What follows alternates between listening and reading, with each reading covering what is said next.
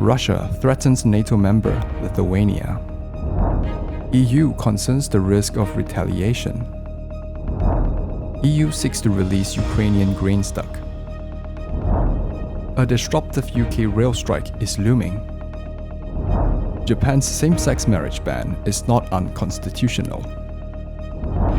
Ex-rebel becomes Colombia's first leftist president.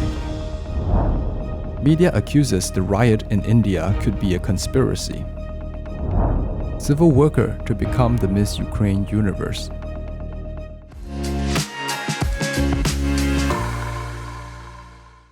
Hello, I'm Johnny. Thank you for joining us on FUNDAY News. It's June 21st, Tuesday, and here are your top stories. Russia threatened NATO member Lithuania on Monday, June 20th, that unless the transit of goods to Russia Kaliningrad exclave on the Baltic Sea was swiftly restored, the Moscow would take undisclosed measures to defend its national interests. Kremlin spokesperson Dmitry Peskov said, "The situation is more than serious. The decision is really unprecedented. It's a violation of everything." Russia's foreign ministry summoned Lithuania's top envoy in Moscow to deliver a protest. FUNDAY News reported yesterday a Russian warship was found violating Danish territorial water near Kaliningrad. Kaliningrad is the only ice-free port of Russia and the Baltic states on the Baltic Sea. It is sandwiched between Lithuania and Poland, separated from Russia, so it is called a Russian exclave. Lithuanian authorities on June 18th banned the transit of goods implementing sanctions imposed by the EU, of which it is a member. The ban includes the only railroad between mainland Russia and the Kaliningrad exclave on the Baltic Sea. Peskov said, "The situation is more than serious. We need a serious in-depth analysis in order to work out our response." Lithuanian Foreign Minister Gabrielius Landsbergis on June 20th said the measures implemented Saturday, June 18th, were taken after consultation with the European Commission and under its guidelines. The EU's foreign policy chief, Josep Borrell, said Lithuania was simply enforcing the bloc sanctions regime. However, he was concerned by the risk of retaliation and that he would check that all the rules were being followed, while accusing the Kremlin of peddling propaganda. In fact, the Moscow Times reported Kaliningrad Governor Anton Aliganov said on Monday, June 20th, the situation was unpleasant but solvable, and the goods could be delivered by sea. The ban will affect between 40 to 50% of all imports to the exclave. These goods were not intended for trade in Europe but for supplying the region.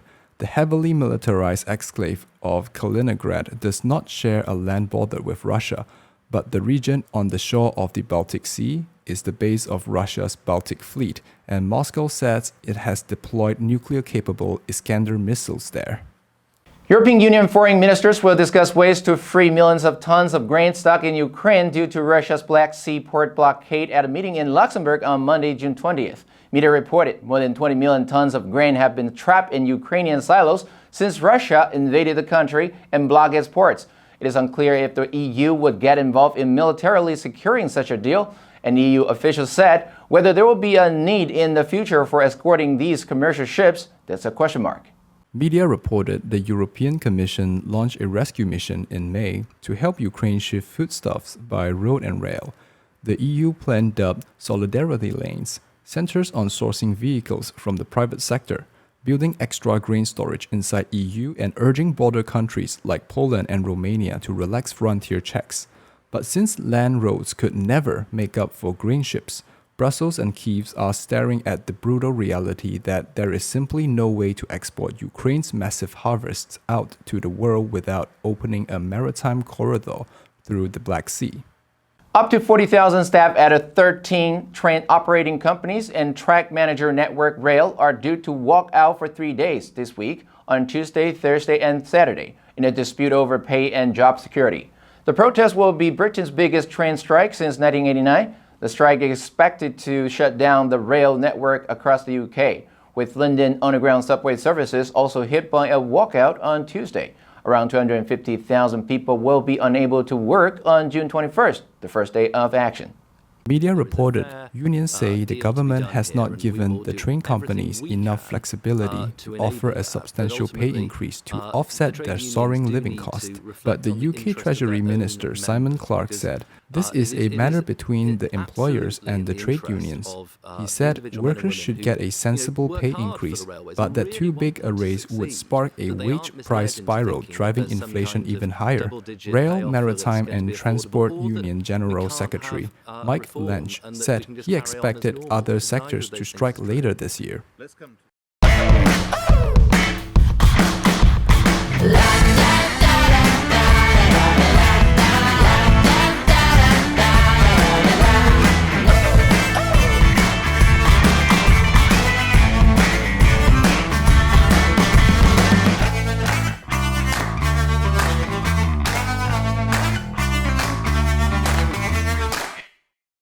An Osaka court on Monday, June 20th, ruled that Japan's ban on same-sex marriage was not unconstitutional. The ruling is a setback to LGBTQ rights activists.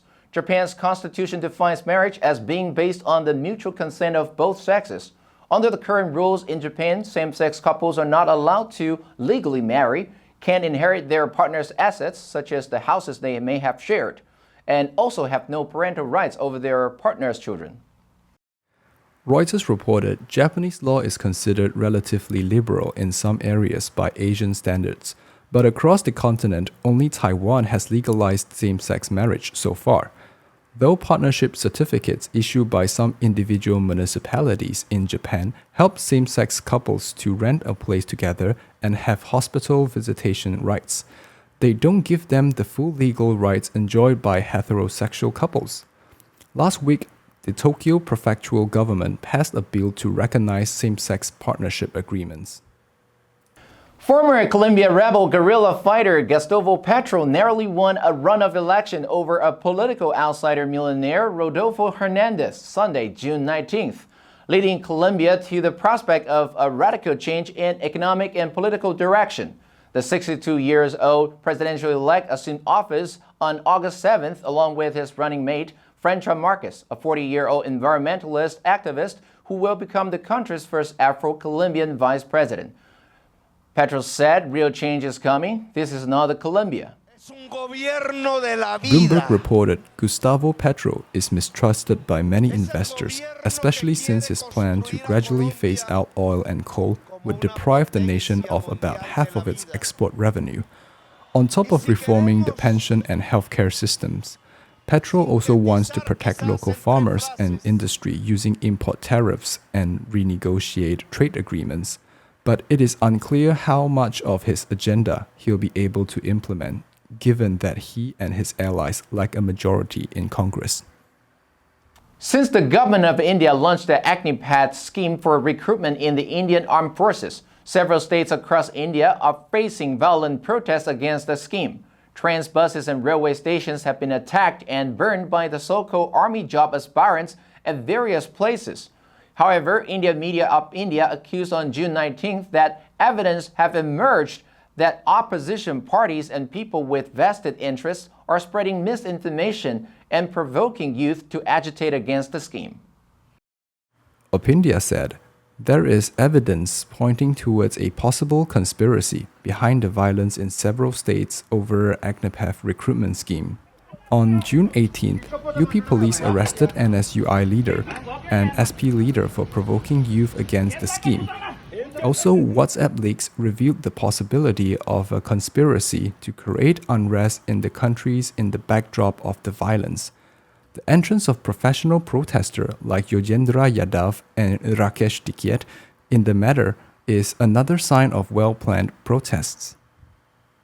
Media reported due to the full-scale war in Ukraine, the Miss Ukraine Universe Organizing Committee abandoned the traditional festive show this year. After consulting the partners from Miss Universe, it was decided to hand over the title of Miss Ukraine Universe to Victoria Apanasenko. She was the first runner-up in Miss Ukraine 2021 and will represent Ukraine in the Miss Universe 2022. Miss Universe Ukraine has already started working with designers to create outfits for the national costume contest. Miss Universe Ukraine describes Victoria Apanasenko as a professional model and volunteer who helps provide food and critical medicine to children, elderly people, and internally displaced families. The 27-year-old holds a degree in social work from the Faculty of Psychology, Taras Shevchenko National University of Kyiv, and has a desire to help solve social problems and support vulnerable populations. Miss Universe Ukraine hopes that Victoria will become a symbol of strength for the Ukrainian people. And that's all the time we have for today. Thank you for joining us on FUNDAY News. Let's make every day a fun day. I'm Johnny Wu, your host. I'll see you next time.